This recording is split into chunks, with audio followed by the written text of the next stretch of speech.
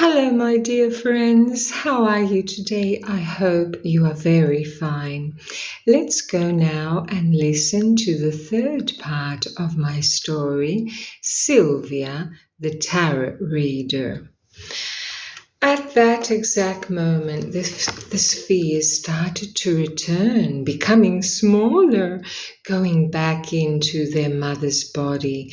And the mother card started to return in the way she had come right from the beginning, retreating, becoming small too, going back into the distance, becoming a very tiny seed in front of Sylvia's eyes, until it vanished.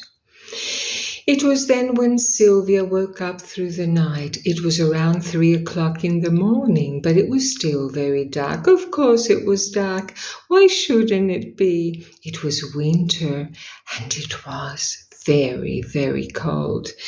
The other day was the day when the event started, and they started without anyone having the slightest clue or premonition that something serious was going to happen. It was a usual day in the week, a usual Thursday. Jasmine and Sandra passed by the house to have a good time at Sandra's house. And of course they wanted some good advice with the tarot reading. Of course they did. Why shouldn't they? Why would someone say something opposite to that?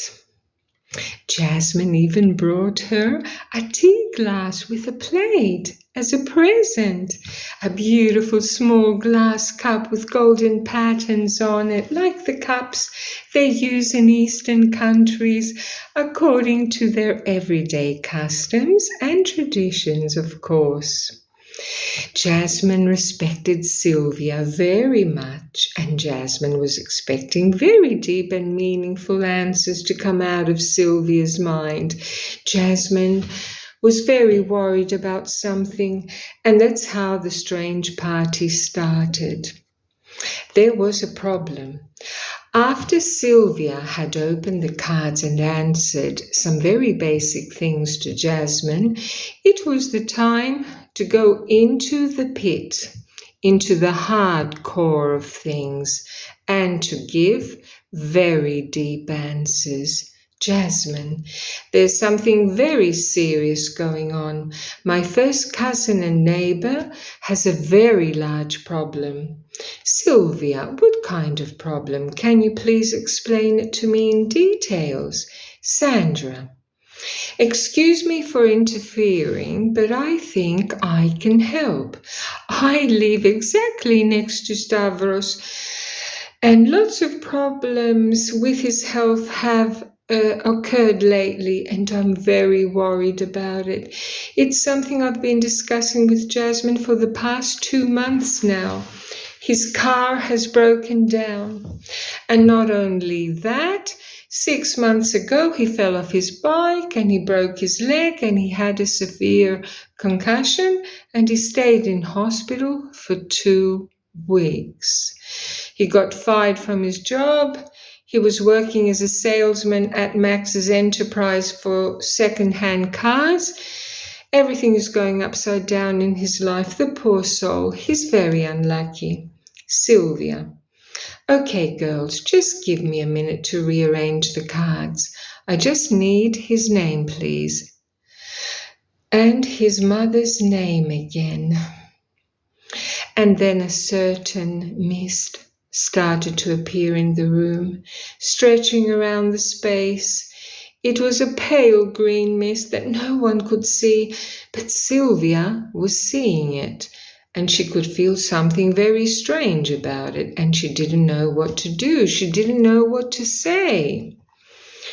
Sylvia, why are my eyes blurring? What's happening here, girls? Do you see something strange in the room? Jasmine and Sandra, absolutely nothing. Everything's fine. Jasmine, are you fine? Sylvia, would you like me to go and fetch you a glass of cool water? Are you okay? Sylvia, yes, I could do with a nice glass of fresh water. Thank you, Jasmine.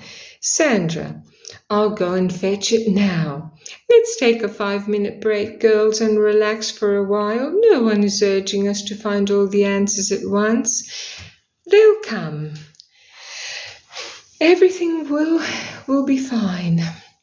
Sylvia, stop now. Please don't go on. Find an excuse. Sylvia, stop. Stop.